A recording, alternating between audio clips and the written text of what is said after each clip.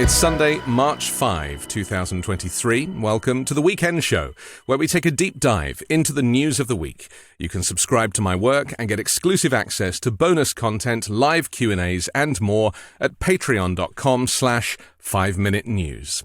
Joining us today is Professor of the Practice of Public Leadership and Social Justice and Director of the William Monroe Trotter Collaborative for Social Justice at Harvard Kennedy School.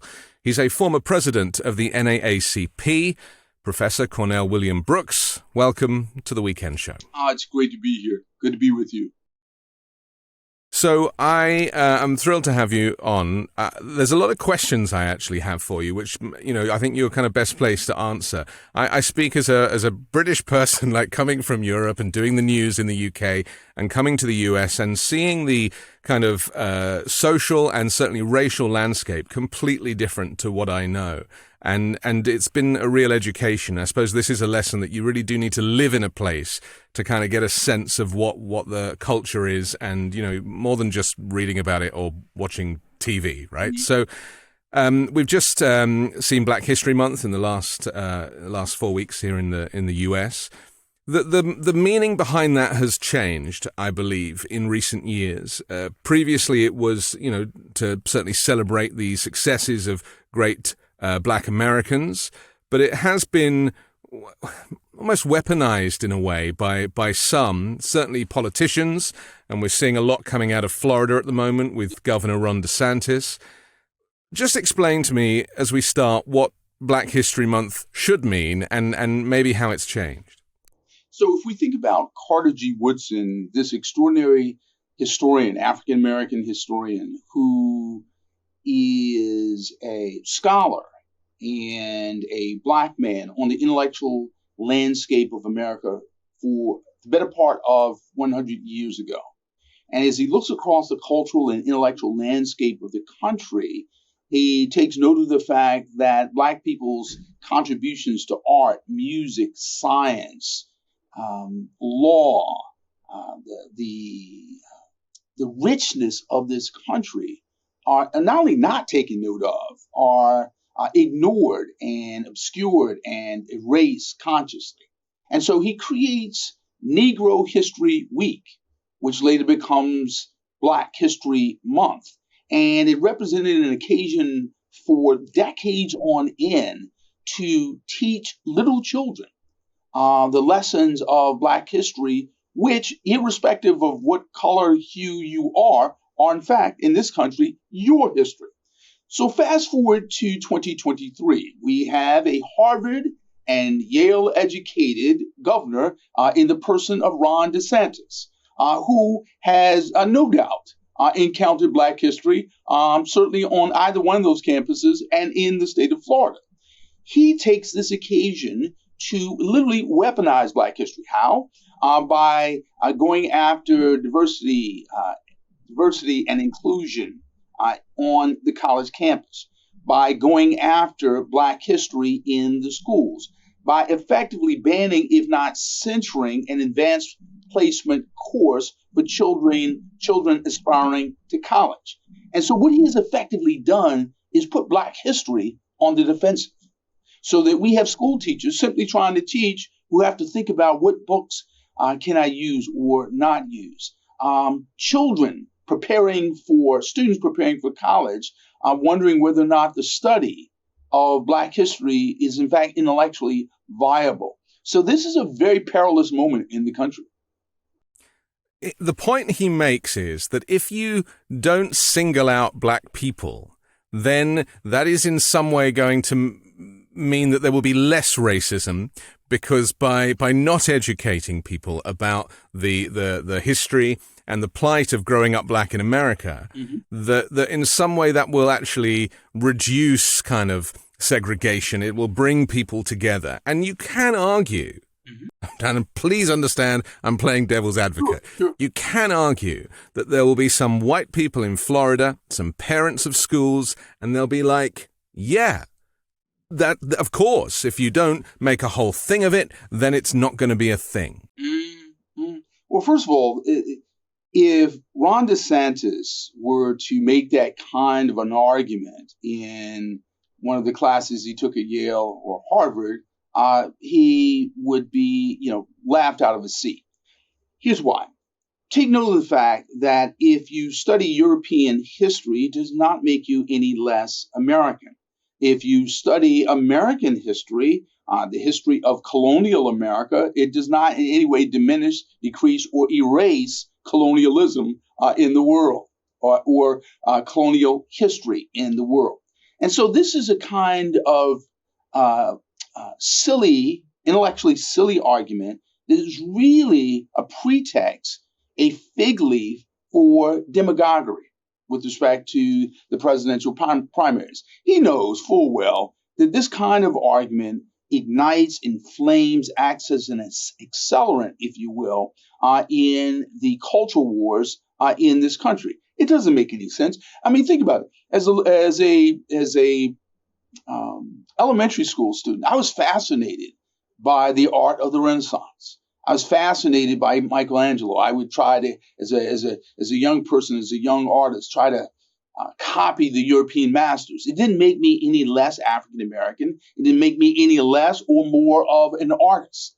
And the fact of the matter is, we encourage young people to explore other histories, other cultures. That has always long been the glory of higher education and education in this country. And so here we have a Yale and Harvard educated governor pretending to be a kind of cultural hayseed, and he's literally faking it. Right? Because it's the same for drag queens and the same for trans people, isn't it? There's this fear that if you kind of in the presence of a child is in the presence of a trans person or a drag queen, that they will become trans because they'll like transgenderism or take an interest and they'll become trans. And it's the same if they go to a drag queen show and maybe they'll want to start wearing dresses and wigs. And that lack of kind of intellectualism in this.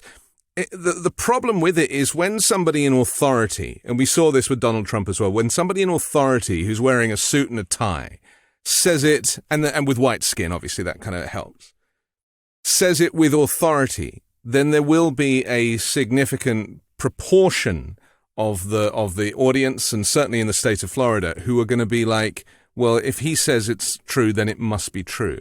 So how does society deal with people who are trying to kind of rewrite history, in a revisionist way, but also rewrite the future? I think it's incredibly important for us to call out on this soft racism, right? And do so as a matter of being intellectually and morally and emotionally honest, right? And the other part of this is laying claim to that which is being taken from us, right? So in other words, when Ron DeSantis says we need to rip Black history from the history books and the curriculum of schools, this is an intellectual, cultural, emotional, historical theft, not merely from Black children, but from all children, right? So if you can imagine a child who is fascinated by jazz and they're denied the opportunity to study about Louis Armstrong, or a child who is aspiring operatic singer and wants to learn the history of Marian Anderson. How is it that she had the opportunity to sing at the Daughters of American Revolution Hall in Washington, D.C., but was denied that opportunity? But Eleanor Roosevelt intervenes on her behalf. She ends up singing on the Mall in Washington, D.C. This is an incredible story. Every time Ron DeSantis weaponizes this history, he is literally committing an intellectual assault on every child in the state of Florida and beyond that. And even worse still, it gives license, cover, and a kind of political authentication for the racists in our country, the violent racists in our country, the people who literally mean not merely Black people harm. Because think about this. When you go after James Baldwin in the schools, you're also going after the diary of Anne Frank. If you weaponize the autobiography of Malcolm X, you're weaponizing the diary of Anne Frank. And so this is a very, very dangerous thing at the hands of somebody who should know better and does know better.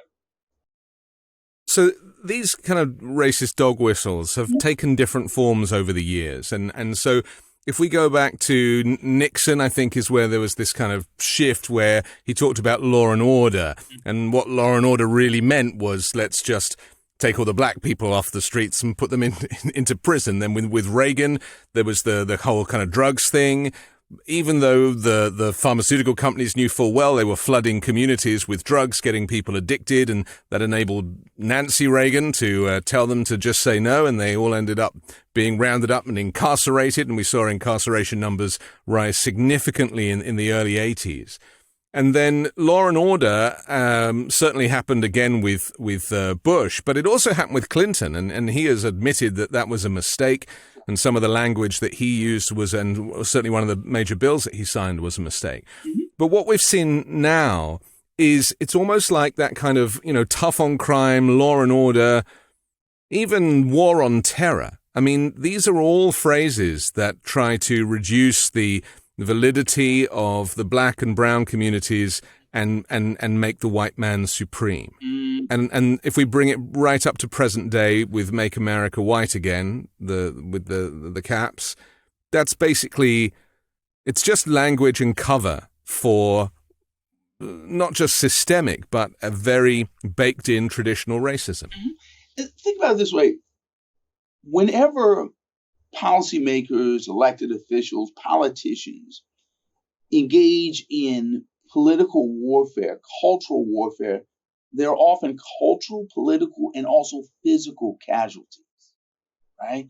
So what we saw in the Trump administration was this toxic political rhetoric that literally led to an uptick in hate crime, and by whom? Not merely adults, but children. Right? Yeah. We immediately saw this violent, vicious vectoring upward of hate crime among children in school. Well, look at Kyle Rittenhouse taking it upon himself to get a rifle and go to a BLM protest and take matters into his own hands. He was practically a minor. That's right. And the thing is, sometimes the press will describe this rhetoric as conservative, right? It's not conservative. It's racist in the same way that the phrase the alt-right was no more descriptive of white supremacy than this notion of anti-wokeness being descriptive of white supremacy. It is white supremacy, right? And here's the thing. One can be pro-Black history. One can be pro-Black culture and not be, quote, anti-European history or anti-Italian history or French history. The fact of the matter is, because I love Black history so much, I love all history, right? It's a gateway. It provides vistas in all kinds of history. Like, for example, if you study W.E.B. Du Bois, one of the first Black to get a PhD in sociology, who was a graduate of Harvard, but also Fisk University and the University of Berlin, one of the foremost intellectuals of the 20th century. If you study his life, you'll learn lessons about the origin, the genesis story of the NAACP, but you'll also learn lessons about German philosophy. You'll learn lessons about the American pragmatist, the American philosopher, William James, who was his tutor, who was his mentor here at Harvard. And so the point being is this notion that Black history is somehow going to hurt your child is completely ridiculous. But Black history is American history, isn't it? I mean, and that's the point. That's right. And the thing is, if American history were more open to the stories of Black people, Carter G. Woodson, the better part of a century ago, would have had no need to create Negro History Week, giving rise to Black History Month. But because Black history was like literally weaponized then, right? So the notion was, we don't want to tell Black stories. We don't want to validate the reality that Black brilliance is pervasive, right? So, how is it we have a culture, right, where you can travel any place on the planet and you see Black people's culture in the form of music, in the form of art, in the form of fashion. But not only that, but also Black people's literature. And so this notion that we can have one governor squash an entire intellectual history is ridiculous, right? And particularly one who should know better. Let's explain. Let's imagine that our audience right now are just white people in Florida.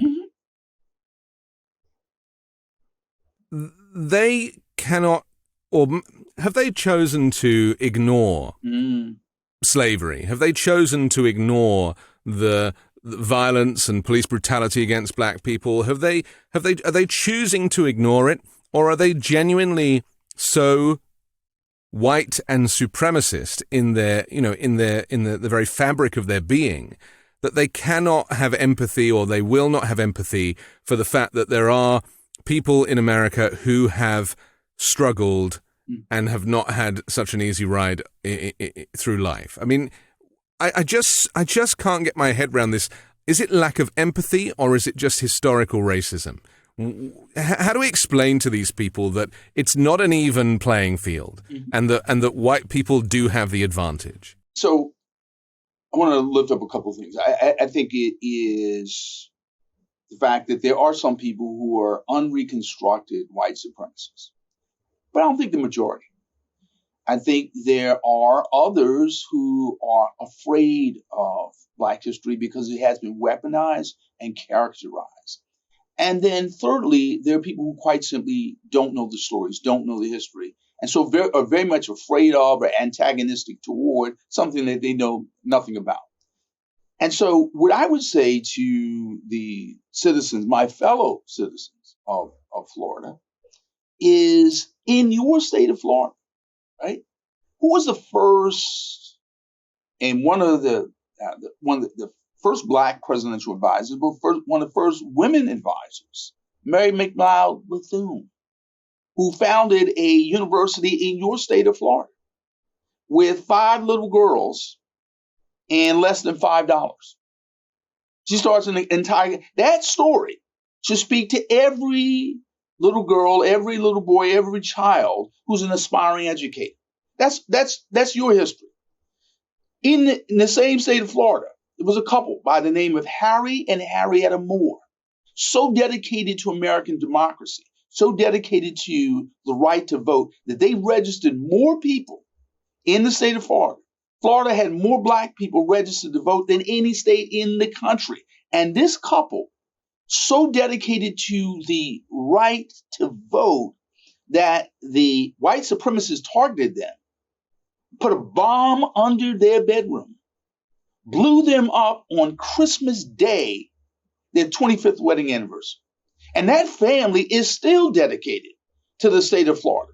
And so my point is, there are all of these incredible stories in the state of Florida that inspire, that instruct, that give us insight into who we are as human beings, what we're capable of as human beings. And so my message to my fellow citizens of Florida is, why be afraid of your own greatness? Number one. Number two, the history of Black people is not merely suffering. It's resilience. It's struggle. It teaches us what we're capable of, not merely what we have endured. And so this whole caricature of, Black history is about them struggling as opposed to our demonstrating resilience, I think needs to be made clear. And the last point here is, we can't whitewash white supremacy. We can't whitewash discrimination, Jim Crow, and racism. But that is much of the story, but it's not the whole of the story. In the same way that you as a Brit may relate to this, I don't think all of American history is the Boston Tea Party. In other words, America is engaging in destruction of private property and destroying British tea. I think American history is a little bit more complicated than that. And the Brits were hugely influential in the slavery story. And I don't want to apologize on behalf of the United Kingdom, but I recognize that it's not a great story, but we are taught it in school, and it is something that we have learned to make every effort to understand. And racism has not been eradicated in the United Kingdom by any means. I mean, it was only a few years ago that they tried to tell the Windrush generation, who were a Caribbean generation, who were brought to a kind of sovereign nation to come to the UK and help rebuild the UK after the Second World War, and suddenly told them that if they didn't have paperwork, they would have to return to the Caribbean. These are people that came as babies. That's right. So, I mean, we've had our own issues recently as well. I just want to mention, sorry, go ahead before I bring the next thing in. Just let me give you an example of why I think our histories have to be told in all their paradoxes and ironies and complications. So let's think about the Brits, right? And slavery. Lloyd's of London insured the slave trade, right? Well known. But maybe less well known in the Montgomery boycott that Martin Luther King led in the late 50s. When Black people abandoned the buses, the segregated buses, and began to walk and take rides in their own Black-owned taxi cab services. The white power structure took away the insurance policies of the Black taxi cabs in order to break the Montgomery boycott.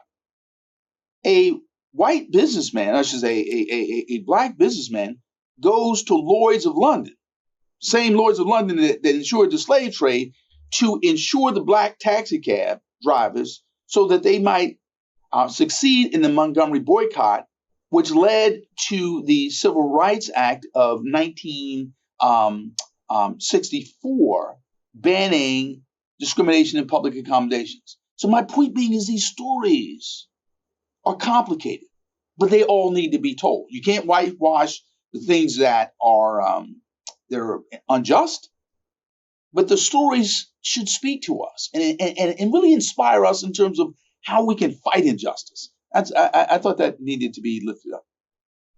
The nuance that you describe requires people to be inquisitive, doesn't it?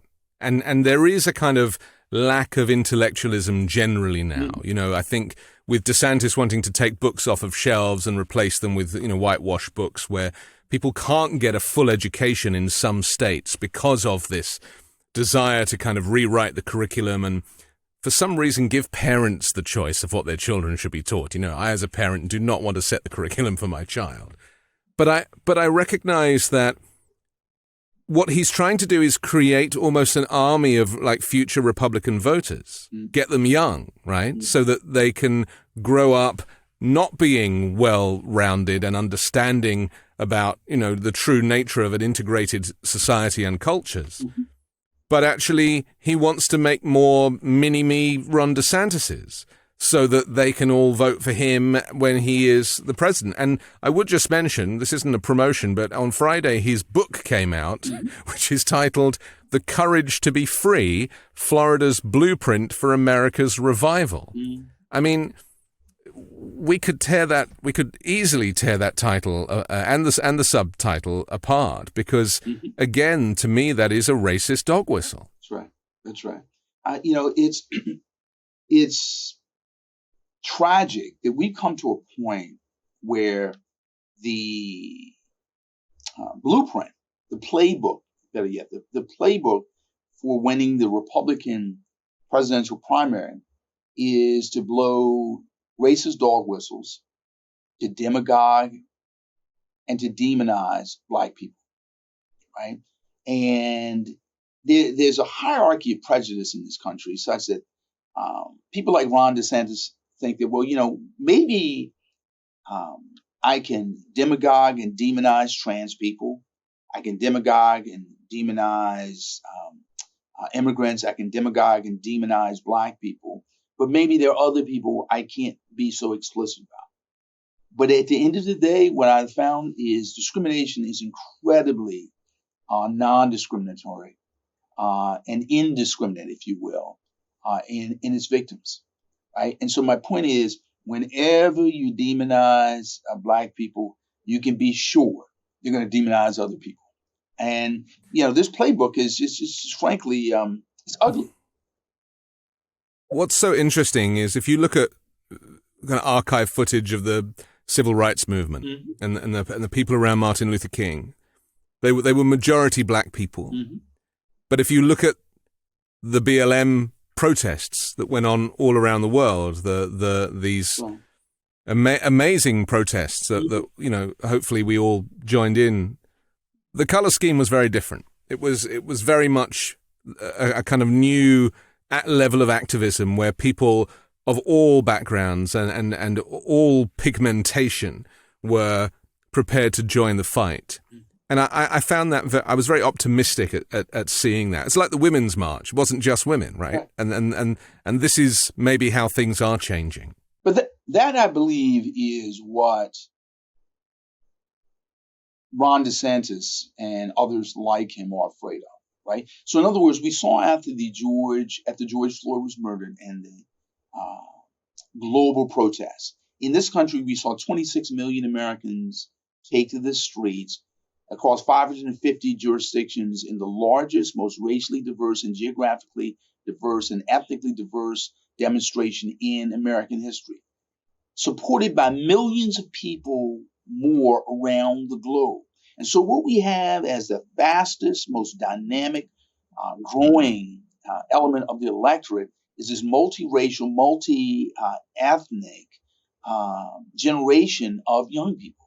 And so what they're trying to do in every way possible is start these culture wars to pit and divide, to engage in voter suppression, to suppress votes not only racially, but generationally, right? So we see not only 14th Amendment Voting Rights Act, racial voter suppression against black and brown people, but we also see 26th Amendment voter suppression in this country against young people. In other words, taking polling places off of college campuses. We see college campuses gerrymandered into various congressional districts to weaken the young vote. And so what I would say to people, all across this country, and certainly around the world, is beware of old politicians, right? Who are literally looking to replicate people like themselves, both racially and generationally. And I would say also to parents, right? How would you feel, about those who try to create a world in which only parents and grandparents are fit to be citizens, right? This is just not anything any of us would want. We want a world in which our children can thrive, right? Our grandchildren can thrive. And so, I hate to say it, I'm not 18, I'm not 20, I'm not 30, but I hate to say it, these geriatric, right, and they're thinking, politicians who are literally trying to stem the demographic tide. They're trying to start these culture wars. They don't want the children to read. It's like if you want to wear pinstripe suits, I favor those. Fine. But I'm not threatened by anybody wearing a dress, wearing pants, or whatever they want to wear. And so this whole notion of we need to pit and divide people is just ridiculous. And they pair it with the phrase freedom. They love to use freedom as their kind of springboard to everything, because you are truly free unless, of course, you are black or gay or anything else that doesn't kind of fit into that mold. I want to ask you about I want to talk about generational trauma, because I think this is something that people, when we talk about those old people, they have their opinions which come from another era, right? It was the world, the landscape was a completely different, and people tend to want to hark back to a period in their life that they were most successful, or they were most good looking, or before they got fat or something. In their minds, they're like, that was a better time. It's like Donald Trump in the 1980s, right? I mean, to him, that's why he wears the same clothes, because that was when he was at his peak, and he wants to maintain that.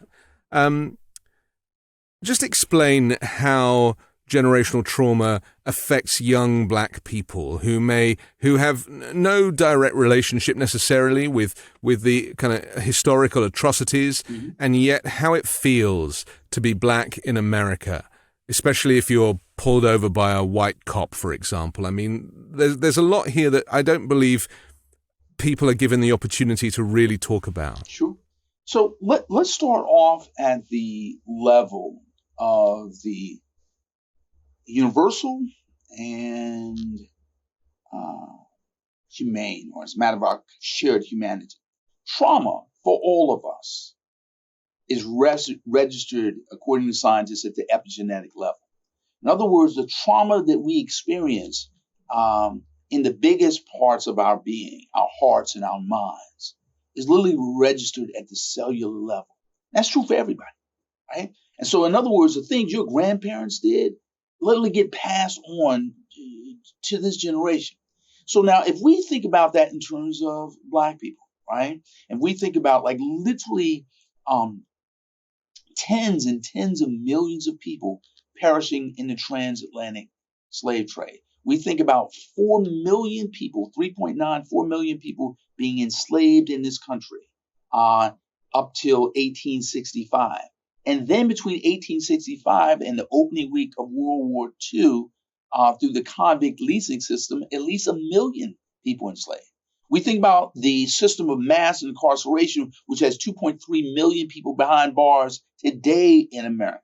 When we think about lynchings, literally thousands upon thousands of lynchings, and then police brutality in this moment being a leading cause of death among young people. When we think about young Black men being 21 times more likely to be killed by the police than their white counterparts. And we think about our phones literally depicting images of Black and brown people being brutalized on a daily basis, and human beings being hashtag on a regular and recurring basis.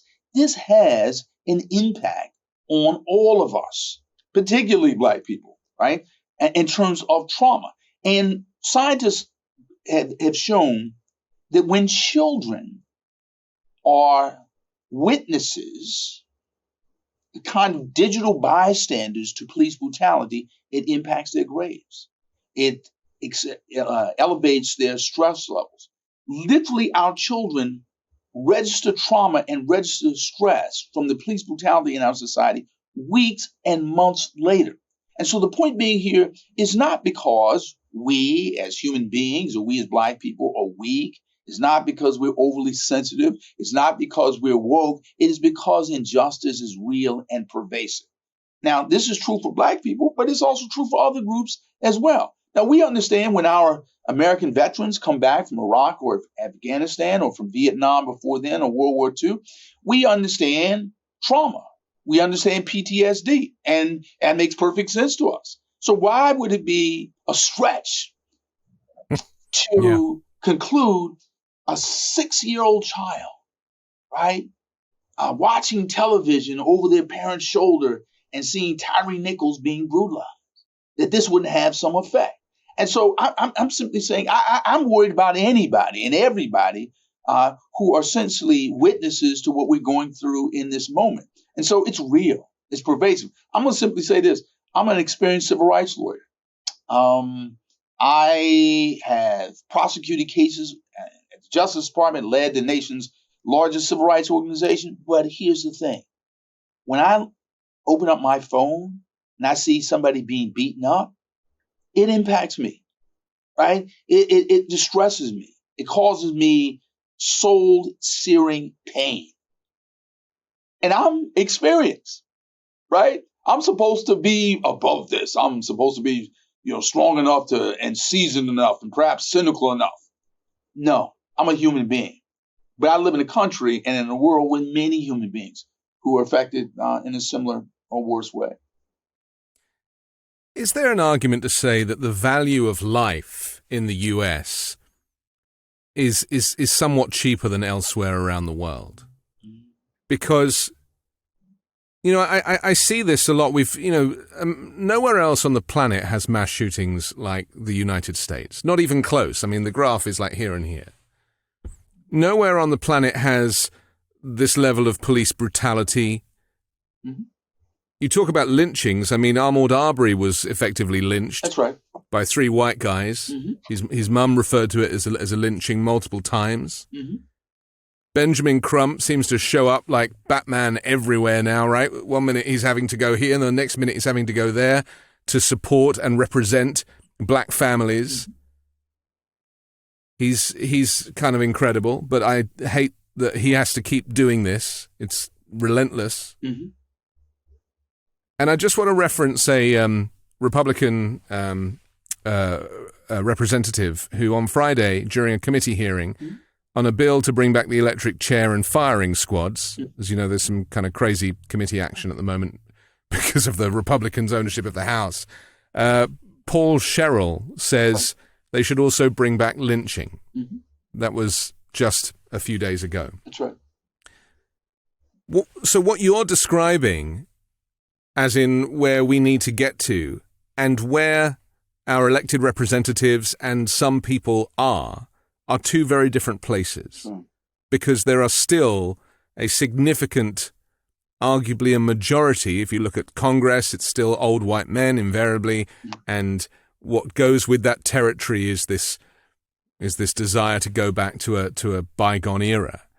So how do we make these shifts and these changes? Because, I look at Barack Obama's presidency now as an anomaly.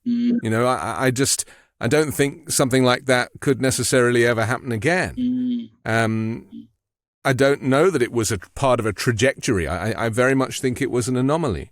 So explain to me, because I know people will be watching this and they'll be like, yeah, well, we know about the negatives, but how are we going to bring about change? Sure. So we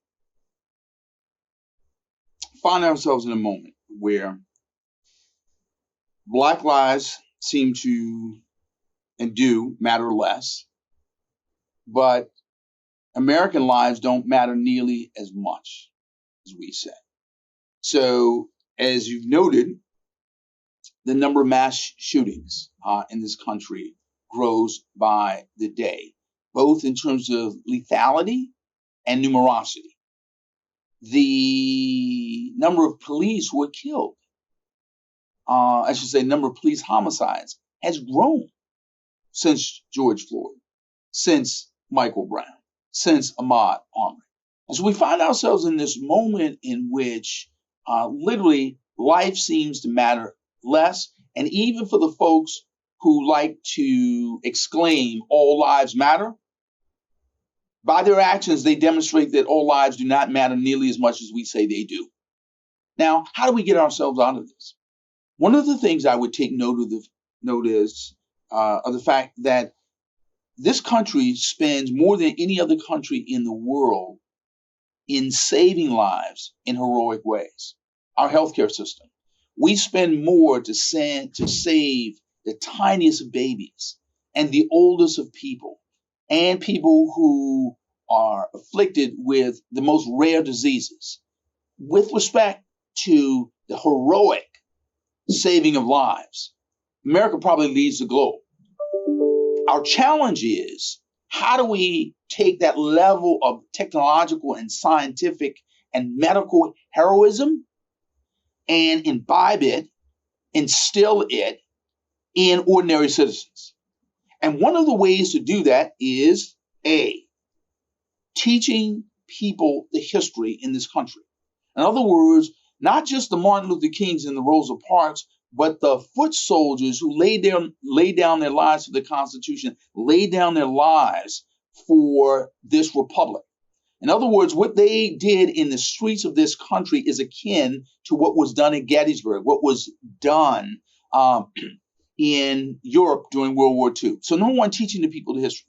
Number two, I think it's incredibly important to link voting to literally saving the life of the country, right? So in other words, we need to be very clear. It's not merely that we're voting, but we're literally voting for our future, investing in our future, investing in the saving of lives in this country. Number three, I think is incredibly important is when you refer to Barack Obama, I think it's important for us to speak to the country and ask people to sacrifice for something far greater than themselves, not at the point of crisis. See, here's what we do. When George Floyd was killed, we all turned out into the streets, right? At the end of the day, what we have to do is literally call on people to do more. Part of the reason why the hate is so powerful in this country is because we have insufficiently called upon people to engage in nation love, republic love, in the sense of democracy love, caring for others, and attached to sacrifice, right? So in other words, you have to show up for other people, right? So in other words, I may not be trans, but I need to show up for trans people, right? And be upfront about it. It's not about being woke, right? This is about caring for others. And so when we look at the power of the Kennedy presidency, and at least in terms of symbolism, it had everything to do with this notion of calling people out to service. Barack Obama's presidency, incredibly important. We look at the mass movements, the social justice movements in this country. It has all come down to that ability to call people out of their ordinary circumstances to make extraordinary sacrifices. Our challenge is to do that on a day-to-day basis and to give people civic goals that should be pursued. Lastly, I'll just note this. At the Kennedy School, I teach classes on leadership. And I teach classes not only to graduate students and students within Harvard, but we also teach people beyond Harvard. And here's what I found. People want to do more. They want to sacrifice. They want to be called out of themselves. And the reason why the demagogues are so powerful is because other leaders are so weak and demand so little. And so I think that's just incredibly important. Last point I'll make here is when I was president and CEO of the NAACP, here's what I found. Was membership spiked when we were in the streets and at the ballot box and were visible. Whenever your leadership goes beyond your speeches, beyond your tweets, beyond being at the platform, literally you grow, you expand. And in this moment, our challenge is Ron DeSantis has a loud voice, and other people, instead of wishing that his voice would be silenced, we need to get louder. And the way to get louder is not by merely raising the volume. It's also increasing the visibility, and increasing the visibility has everything to do with showing up, doing the work. Do we need more white people to take responsibility for campaigning and protesting black issues, and in a non-reactionary way? Because what you're describing is, that kind of reactionary movement to the death of George Floyd or similar, and I think people are very good at that. And tragically, when the stories are so violent, Breonna Taylor, for example, people do feel it. All people feel it. Right. But is there more that white folk need to do to kind of bring about the equality that we crave? Absolutely. The thing is, we have to be aware of what I call crisis compassion. Compassion which manifests itself only at the point of crisis. And so the point being here is when white people insist that we cannot have stimulus spending and infrastructure spending with a broken Voting Rights Act, right? So we're building buildings and highways and bridges, but we have a broken Voting Rights Act. The white people have to insist, no, we cannot have this without that.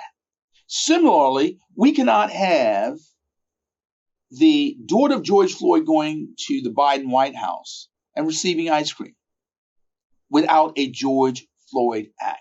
I believe that the president has expended political capital, but I also believe that white America has to simply demand that we have a George Floyd Policing Act, that we have a restored Voting Rights Act, that, in other words, black people can't be the object of sympathy. They have to be the subject of public policy. And that means we have to be very clear in terms of these senators who reassure us, oh, well, look what I've done for you. I put a new bridge in your community. Yeah. Meanwhile, your citizens are vulnerable. And the last point I want to make here is when white people stand up for black people, not because they're black people, but because they're people. Like, for example, when I see Asian people being beaten up on the streets of New York, when I see elderly Asian people being knocked to the ground and knocked senseless, when we see Asian people, Asian women in Atlanta being gunned down, I don't have to be Asian. I don't have to be a woman. I simply have to be a human being. And when white people simply take the point of view that, you know what, I don't have to explain my concern for black people. I don't have to justify it. I don't have to be a Democrat, Republican. I don't have to be woke. I can be comatose. But as long as I'm a human being, right, I have a right to speak out and I have a right to demand public policy. And what we see sometimes is, white people being made to feel guilty. Like, you can come out, you can speak at the point of a crisis, as opposed to, well, no, I'm a member of I'm a citizen of this republic. But there is a percentage of Americans who are not very good at this. And I see this here in Los Angeles with the homeless crisis.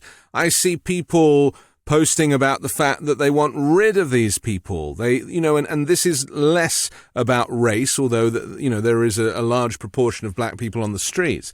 But this is less about race, and it's more about this kind of distaste for humanity. It's almost like that American exceptionalism kicks in. I don't really know what it is, but there is an element of if I'm doing okay, then that's all that matters, and that's why there's this kind of hatred of the word socialism here, the idea that someone else should benefit. If I'm paying and I'm paying for my healthcare, then why should you get it for free?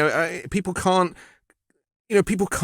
intellectualize how these things can coexist and how not everybody is dealt a good hand in life and not everybody has the skill set to get on in the world. And I feel that there are elements of this that are exclusive to America, and maybe it transcends racism. Yeah. It's just a kind of general dissatisfaction with other people doing better than them. Well, I think that has a lot to do with it. But I also think that the demagogues in American society are really good at using language and images in a way that cause many of us to have less compassion for others. For example. Yeah, those kind of demonizing pictures we see of people who've committed a crime, who haven't yet been convicted. They choose the worst picture of them to kind of depict them as a criminal even before they've been criminalized. But think about this. America in the 1930s had a large group of Americans who were the poorest Americans. They were called elderly people. And we decided, right? We decided that we need to ensure that people live out their remaining years in relative economic security. And in 2023, nobody thinks of Social Security in the main, right? At least regular people. And we have a few extremists in the Senate. Not Mike Pence, who refers to it as an entitlement. But in the main, most people feel like, we do not want elderly people starving to death. I'm simply saying here that when it comes to the homeless, when it comes to various otherized, marginalized groups, part of our challenge is making sure that when we're talking about public policy, we use language and we use words, we use images that allow people to retain their humanity, number one. Number two, recognize the sense of responsibility and agency that most people have. Here's what we find. Most people do want to work. Most people do want to contribute meaningfully to society. Most people don't want anything from somebody else if they can do for themselves. And what we find in this country over and over again is this notion that somebody's getting something for nothing. Well, here's the thing. We provide public schooling in this country. We don't say to 18, think about it. 12-year-old children get free education. We pay for their lunches. They're in school 8 hours a day. Well, 100 years ago, they would be on a farm working. We're not saying in 2023 that the 12-year-olds who are spending 8 hours a day learning ABCs and algebra are somehow indolent or lazy. The problem is we need to shift our vocabulary. We need to shift the language. We need to humanize people because, the demagogues in our society are really, really good at getting us to hate one another. The demagogues have a media organization on their side, and that is Fox, which has, more cable news viewers than any other channel. And we've seen this week or this last week that exposés on what those Fox hosts really thought about knowing full well that the election wasn't rigged and yet what they said in private was very different to what they said on the air. So they've been basically tricking their viewers with propaganda for decades. And so now the proof of that is really coming out. There is a phrase that has been weaponized, and Fox specifically have used it a lot, the incessant focus on critical race theory over the past few years, a term derived from an academic discipline that's been inflated now to cover a wide range of race-focused issues. And it's evolved along with the discourse to focus on diversity, equity, and inclusion. Right. This is a problem, isn't it? When people don't understand, they just join in. And I saw an interview with someone, I think he was like at a Trump rally or similar, and he was a Trump supporter, and he was asked, what's bothering you? And he's like, I don't like this critical race theory. Right. And the guy asked him, well, what is it? What don't you like about it? And he couldn't answer the question. Right. And so he didn't know, but he didn't like it. And Fox is the reason he didn't like it. And right-wing talk radio is the reason that he doesn't like it. And for those people who care to kind of find out anything about it, they'll know that it's not a threat to anybody. Maybe for the few people that choose to do it as a university module, because I hear it's kind of a difficult course. Mm-hmm. But outside of that, it just means that there is, and this is, like we said at the very beginning, this kind of use of language, war on terror, and referring to black people as murderers and rapists, which Trump then used with Mexicans. I mean, it's rhetoric, right? And CRT is rhetoric. So let's just talk about. Yeah. Maybe we could talk about what is being talked about in school that they don't like, because it's not a class on critical race theory, right. But hopefully we would want teachers to be being inclusive and not denying American history. So let me just take note of, let me share with you a story on critical race theory. So when I was a first-year student in college, I took a class on American constitutional law. And the book that we used was called Race, Racism, and the Law by Professor Derek Bell. Professor Derek Bell, as you know, was the first African-American professor tenured at Harvard Law School. And in this book, there were cases having to do with the 13th Amendment, freeing enslaved people, the 14th Amendment granting them citizenship, the 15th Amendment granting them, namely black men, the right to vote. My exposure to the father of critical race theory had this disastrous and dangerous effect on my life. I fell in love with the Constitution. I fell in love with the 13th Amendment, 14th Amendment, the 15th Amendment, the First Amendment. I fell in love with the idea that lawyers could go to court and vindicate the rights of American citizens. So my exposure to this dangerous, detrimental ideology was a lifetime of public service. And where do I teach now? But at the John F. Kennedy School of Government at Harvard University, where I spend most of my time trying to inspire and instruct leaders on serving others. And so, first of all, the notion of critical race theory being dangerous, I think it's just outrageous, right? So it is not a bad thing for our students in colleges and law schools and graduate schools to think about race critically, right? Even our conservative colleagues like to think that they are thinking about race critically. So first of all, it's not bad. It's not a bad thing.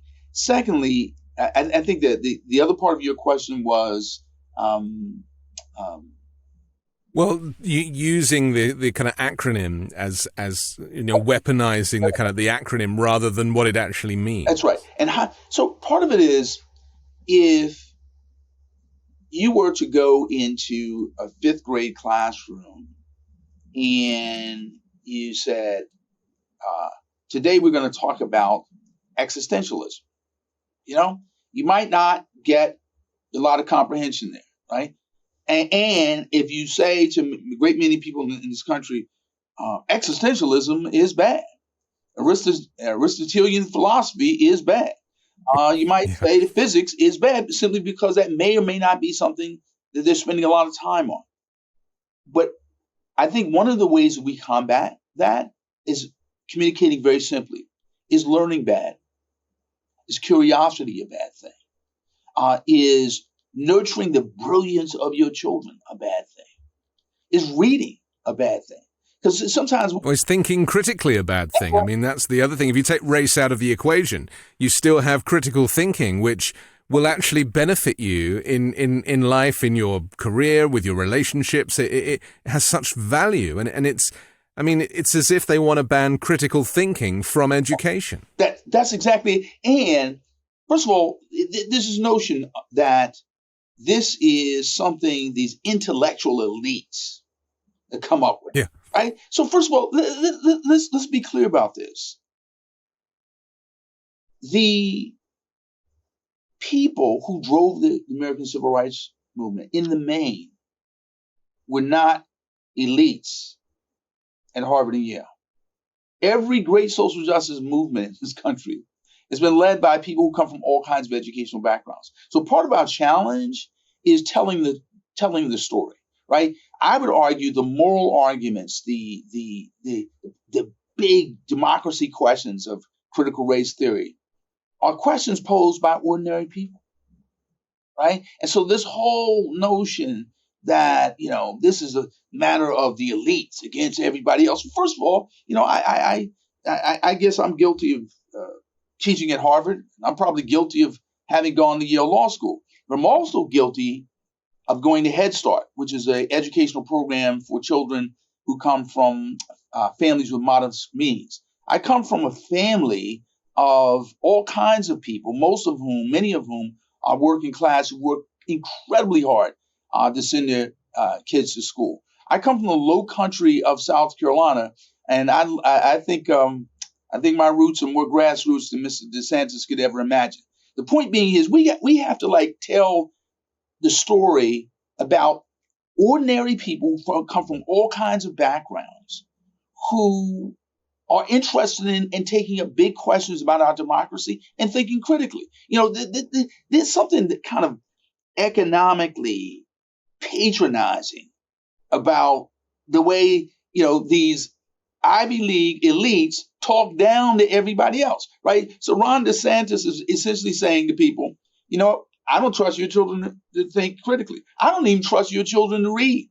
That's why we want fewer books on the bookshelf, right? So in other words, we have to speak to these issues, assuming that everyone has the ability to think critically, that everyone has the ability to engage these questions in a thoughtful way, right?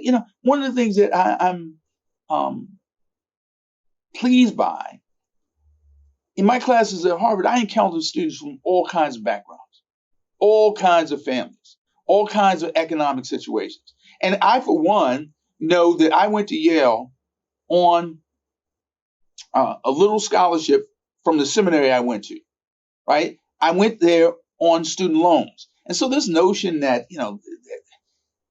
this is some kind of a cultural war against the elites it just drives me to distraction, particularly when the people waging the war are themselves elites.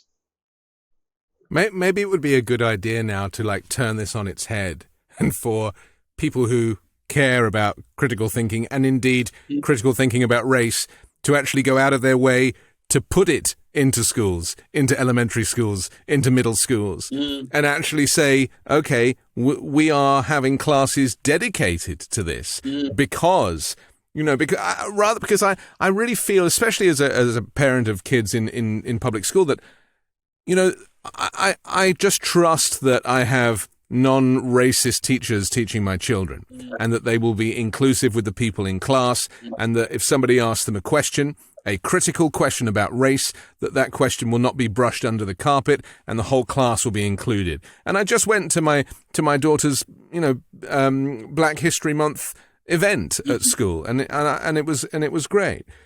So, maybe that's the solution. I just want to finish with a question about something that caused a lot of white racists' brains to malfunction recently, and that was the the brutal killing of Tyre Nichols. Mm-hmm. And I think you know what I'm going to say. It's the fact that he was executed effectively by 5 black police officers. Mm-hmm. And the people that don't understand why this is as bad as white police officers killing black people, or is, you know, just follows a similar pattern. Right. There are people that I have heard who have used this event as an excuse to excuse police brutality in other situations. In fact, I've heard a whole bunch of different explanations from people who don't think critically and who should know better, and who maybe deep inside were kind of pleased that it was black police officers rather than white police officers this time round lynching and killing a black man. Let's just explain a little bit to people just finally about, you know, the attitude of police departments and maybe, you know, a little on police training or whatever it is that led up to that event and why it isn't what they thought it was. So many Americans and others experience a kind of emotional and historical shock, if you will, that Tyre Nichols was executed on multiple videotapes from multiple angles by black police officers. But what's important to note here is not merely the race of the perpetrators, but the consistent and racial homogeneity of the victims.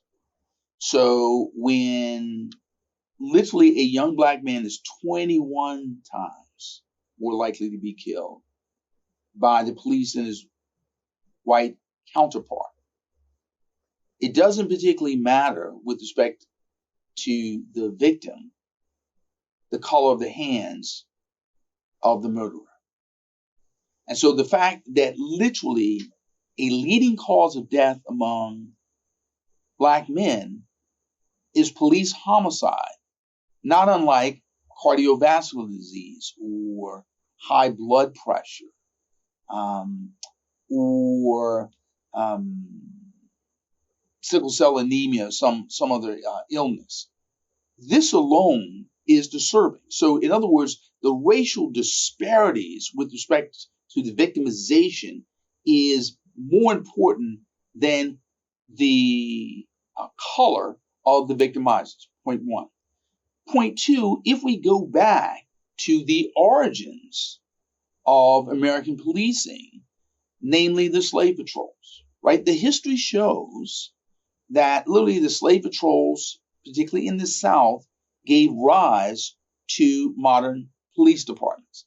And in fact, if you look at the badges that the slave patrollers wore in the 1800s, they look like the badges police wear in 2023.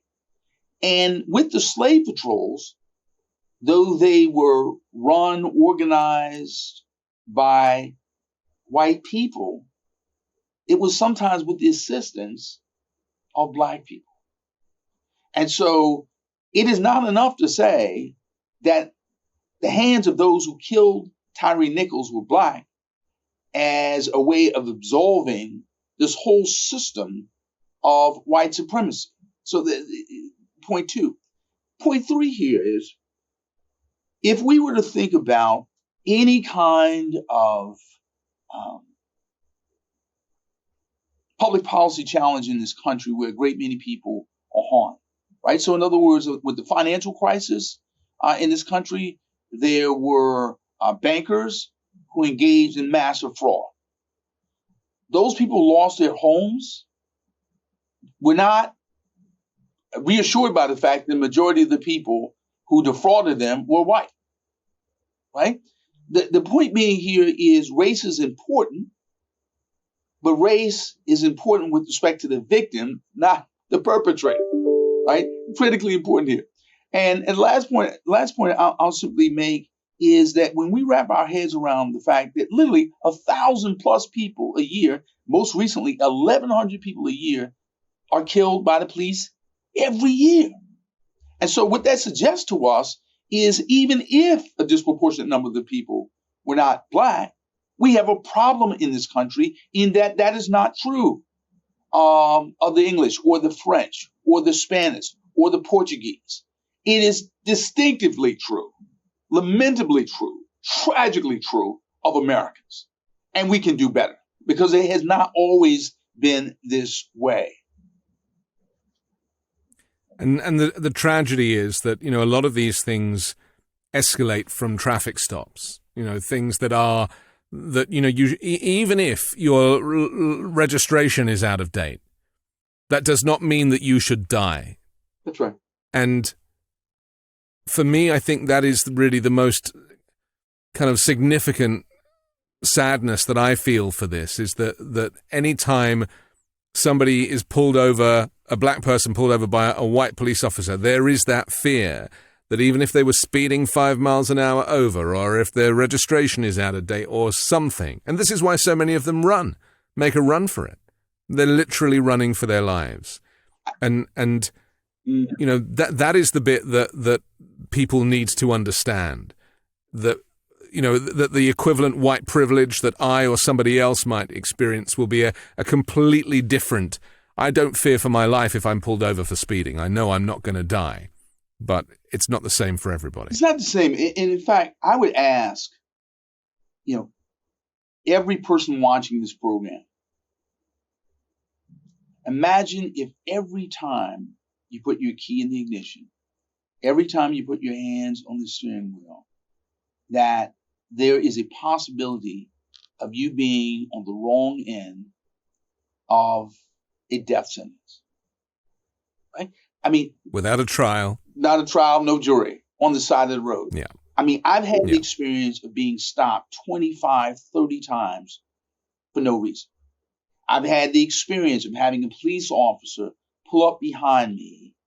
I have my hands on the steering wheel. I have my license out, my wallet on the dashboard, the interior light on, and the windows down.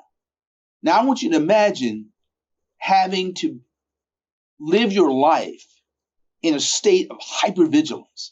Now, I want you to imagine what happens when you have children and you have sons, and whenever they go out in your car, you're looking to see, is everything in working order?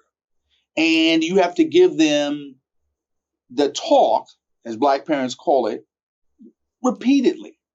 And so the point being here is the level of stress, the level of anxiety is real. And when you hear, or should say see on your phone, some traffic stop gone awry, you literally, first thing you think to yourself, is this somebody I know? And so if more white people thought like this problem would end in a day, because the reality is that this is completely unnecessary, right? In other words, I can recall a time when a police officer stopped me for the umpteenth time, asking me, where do you live? What do you do for a living? And why are you out this late at night? And the answer is always... And let's be clear, he stopped you because you were Black. He didn't stop you for no reason. He stopped you because you were Black. In other words, when I would drive from a majority Black city into majority white suburbs, I was never stopped in the city. Always stopped in majority white suburbs. And literally those three questions: where are you going? What do you do for a living? And why are you out this late at night? And of course, I live at ABC address. I'm a lawyer, and people in my profession often work this late at night, right? And it had nothing to do with anything other than my being in my car and being Black. Yeah. And so the thing I would just impress upon people is that's a very dangerous recipe, right? In other words, if you're afraid and the police officer filled with a head full of stereotypes and racial apprehension. And they're worried about dying as well. I mean, that's why they approach vehicles with their guns drawn, right? Right. I remember 2 police officers approaching me in a vehicle, both of them with their hands on their guns, and me searching my vocabulary for what words I might say to simply say, might you all, gentlemen, move your hands away from your guns so that you can ask whatever questions you need to ask, but I would be infinitely more lucid, infinitely more responsive if you take your hands off your guns. There are so many incidences of young black men being shot in the back. Oh. And invariably that means that they're running away. Yeah. And if it's the case of a traffic stop, I often say there's clearly no police training. I mean, there's no national training, so every police department will get a completely different type of training. But this idea of the crime and the punishment being out of whack is something that's very interesting, isn't it? Because suddenly in the mind of the police officer, it's the fact that the black man is running away becomes the crime, rather than the registration on the vehicle that was the reason they were stopped in the first place. Mm-hmm. Critical thinking would say, or even critical race theory would say, let them go. Let them run. You've got the registration. You can pick them up on another day, but you don't have to murder them. And that message is just not getting through. And that goes back to this idea that in America, the value of life is much lower than it is in most other countries or westernized countries of the world. It goes back to a point you made earlier about a kind of law and order culture in policing, and what I would call law, order, and compliance. So in other words, compliance becomes this value which rises in importance and has priority over even the offense you're investigating, even the reason for the stop. Just the notion that a black person resists. And what you find quite often is people not resisting.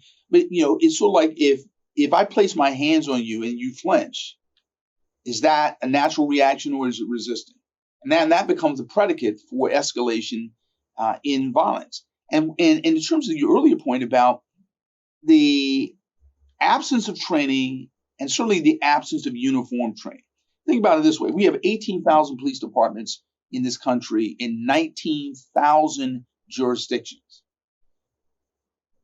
In this country, if you go in for a routine surgical procedure, each hospital is not training their doctors to conduct their own individual version of that procedure, right? So if you're going for an appendectomy, you're not going for one appendectomy at NYU Langone, a different kind of appendectomy at St. Mary's Hospital, and a different kind in some other hospital. But when it comes to policing, we don't even have a franchise approach.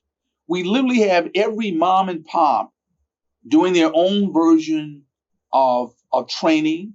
The standards are not consistent.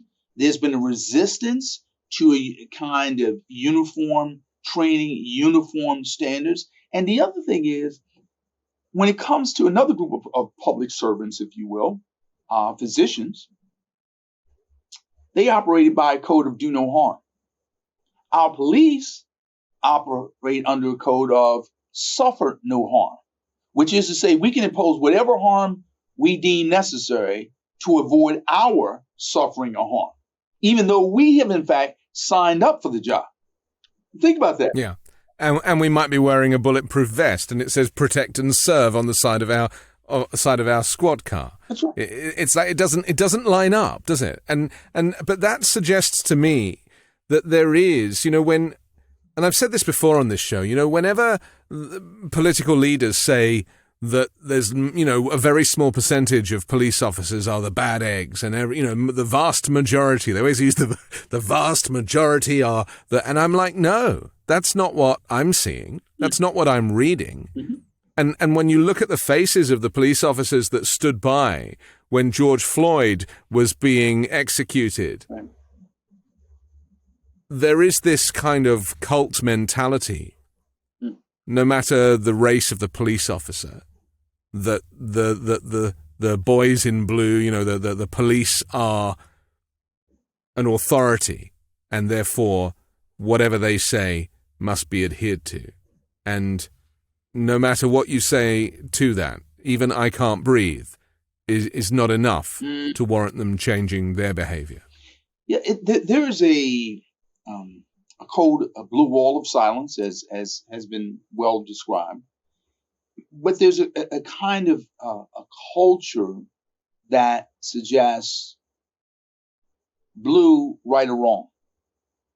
And what we've seen in certain police departments in the country is an effort to address that. So, for example, in the New Orleans Police Department, they developed a program to promote ethical policing, to encourage essentially police to police one another. So in other words, when a police officer engages in any behavior that is a serious violation of policy, every other police officer has a responsibility to intervene, not merely report. To intervene first and then report. And what we have seen across the country is we've seen a few police officers, police departments embrace this, but not an embrace of this across the board. And I believe that has everything to do with policing in this country being in a collective state of crisis and a collective state of self-denial, right? In other words, here we have an industry that does not recognize that the public feels they have to rely on them, but they're also apprehensive and distrustful. So in other words, just because we rely on the police because we're afraid of crime does not necessarily mean we are not afraid of them. And there does not seem to be an appreciation for the fact that literally, reputationally speaking, the police are deeply distrusted. And, if, for example, on the Supreme Court, Chief Justice Roberts may be conservative. He may not be the jurists liberals or progressives like, but he does seem to be at least concerned about the standing of the court, even if he hasn't done as much as a great many people think he should do. But the perception is that he's concerned about the standing of the court. The question I ask is, when it comes to policing, who's concerned about the standing of policing? Where is the fraternal order of police? Right? When Tyree Nichols was killed, after he was murdered, I looked on their website. I'm looking for some kind of notice. I'm looking for some kind of recognition of the horror of this. I'm looking for some appreciation for what these endless hashtags have done to the standing of police in this country. I don't see any. What I saw were more demands for money, higher salaries, concern for benefits. And that's why that kind of defund the police rhetoric was so unhelpful, right? Because it again miscommunicated what needs to change in policing. And I think what you're saying is that policing in America contributes to a culture of fear. The same fear that Fox are peddling on their phone news channel, the same fear that we hear from elected representatives who are talking about, referring to immigrants as rapists and murderers, and some I hear are very nice people, according to Donald Trump. So this is the problem, isn't it? That there's this culture of fear keeps people in their place. It enables the status quo. The police unions wield so much power across the police services. The NRA wields so much power across the Republican Party. So there is these kind of baked in kind of institutions that are preventing these types of organizations from evolving. And I would say it prevents these institutions from evolving, but they're also ultimately self-defeating. So here's what we know. We know when it comes to policing that to the extent that police are distrusted, policing is more difficult. Meaning, if people don't trust you, they don't cooperate with you, they don't serve as witnesses, they don't provide the necessary information to fuel investigations, so policing is infinitely more difficult. Your solve rate for crimes goes down. The danger your police officers are exposed to goes up. And so the point being here is we're locked in this cycle of distrust, which is empirically based. In other words, people have reason to distrust the police, but it makes Black people's lives more vulnerable. It makes policing more difficult. And the reality is there's a way out of this, right? There's a way out of this. And I don't mean just getting rid of the so-called bad apples. It means fundamentally changing policing. Like, in other words, why do we need the police involved in mental health intervention? Why do we need the police engaging in parking violation enforcement? Why do we need the police doing so many things that they themselves deem themselves to be unqualified for and unhappy doing? There's so many elements, there's so many aspects of policing that can be changed in a reasonable, thoughtful way if the police and their unions come to the table and acknowledge the obvious. Why are we spending literally billions of dollars in lawsuit settlements and insurance premiums for people who are ostensibly public servants? And the thing is, if everybody came to their senses and said, you know what, we can do better. This is not a problem that would take forever to solve. I mean, you go into hospitals, physicians recognize, you know, we have too many in-hospital infections because doctors weren't washing their hands. Literally, doctors develop healthcare protocols, they have checklists, they change the way they operate. When it comes to policing, much or better can be done, but it really depends on the degree to which they realize they're in a state of crisis. Right? You know, in other words, you know, this whole notion of fund the police, this makes about as much sense as fund malpracticing doctors. Like, that's the issue is not funding, you know, healthcare. It's funding. It should be train the police or educate the police but. And just a final point, because we're kind of over time, but I am noting that there are police, or I suppose you could ask the question, who would join the police service or the police force, right? What type of character, what type of person do you have to be to want to put yourself in danger, shoot guns? We've heard that there are some police officers who relocate because they weren't getting enough action in some jurisdictions and they want to go and do a bit more shooting of innocent civilians in other jurisdictions. I mean, you know, a lot of this also comes down to character. And, you know, maybe that was the case when we look at, you know, George Floyd and Derek Chauvin, for example. Right. You know, his character was very much at the heart of this. And if there is a culture of the character of a person who wants to go and shoot and have a badge, you know, that kind of authority figure, kind of goes back to Ron DeSantis, doesn't it? And Donald Trump, these authoritarians, people that want and feel, they can only feel comfortable in their skin if they are kind of discharging orders and that they are maybe instilling fear in other people. You know, the thing I think about is they're most certainly among the ranks of the police those who derive honor in protecting others. There are people like that. They really believe in protecting others. Then there are others who are on a pathological power trip. Yeah. And the only way we can separate and discern is by making it harder to become a police officer, extending the amount of time it takes to become a police officer. In many places in this country, we effectively just give out badges and guns, right? The screening process is exceedingly short, not particularly discerning, and not particularly demanding.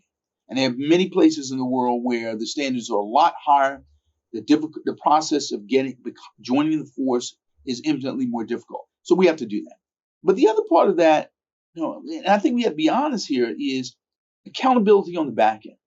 Right? So in other words, the police officers can literally kill people, get promotions, get a retirement and a pension with no consequences. We have to look at qualified immunity, right? We have to hold police officers accountable, because literally we have police officers in this country who literally have engaged in serial killing, right? Derek Chauvin. But again, that only happens in America. That is, again, exclusive to the United States. Yeah. And that goes back to this notion that the value of life here is less than elsewhere on the planet. Yeah, one of my colleagues made me aware of something the other day. I believe in Iceland, they had their first police homicide in the history of the country.